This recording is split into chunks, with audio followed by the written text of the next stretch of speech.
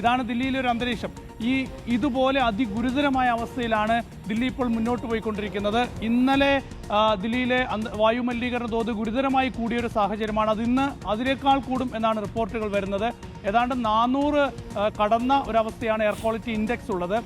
അരുൺ ചൂണ്ടിക്കാണിച്ചതുപോലെ തന്നെ ഈ അയൽ സംസ്ഥാനങ്ങളിലൊക്കെ തന്നെ കർഷകർ ഇപ്പോൾ വിളവ് കഴിഞ്ഞ് പുതിയ വിളവ് ഇറക്കാനുള്ള ഒരു സമയത്തിലേക്ക് പോകണം. അപ്പോൾ വൈക്കോലൊക്കെ തന്നെ കത്തിക്കേണ്ടത് കർഷകരെ സംബന്ധിച്ചുള്ള പ്രധാനപ്പെട്ട ഒരു ആവശ്യമാണ്. അല്ലെങ്കിൽ വൈക്കോൽ സംസ്കരിക്കേണ്ടത് അത്യാവശ്യമാണ്. അപ്പോൾ കർഷകർ സാധാരണ ചെയ്തുകൊണ്ടിരുന്നത് ഈ വൈക്കോൽ കത്തിക്കുക എന്നതാണ്. അതാണ് ഈ ഡൽഹിയിലൊക്കെ തന്നെ വായുമലിനീകരണത്തിന് പ്രധാന കാരണമെന്ന് നേരത്തെ കണ്ടെത്തുകയും സുപ്രീം കോടതിയൊക്കെ വളരെ ശക്തമായ നിർദ്ദേശം നൽകുകയും ഒക്കെ തന്നെ ചെയ്തത്. പക്ഷേ അപ്പോഴും അതൊക്കെ സജീവമായി അവിടെയൊക്കെ തന്നെ തുടരുന്നുവെന്നാണ് ഇപ്പോൾ പുറത്തു വരുന്ന റിപ്പോർട്ടുകൾ. ഇന്നലെ പഞ്ചാബിൽ നിന്ന് വന്ന റിപ്പോർട്ട് എന്നത് 442 ഇടങ്ങളിൽ വൈക്കോൽ കത്തിച്ച സംഭവം ഉണ്ടായി എന്നാണ്. അപ്പോൾ അവിടെ കത്തിക്കുന്നതിൻ്റെ പുകയൊക്കെ ഇങ്ങനെ ഡൽഹിയിലേക്ക് വരികയാണ്. മാത്രമല്ല ഇവിടുത്തെ വാഹനങ്ങളുടെ പുക.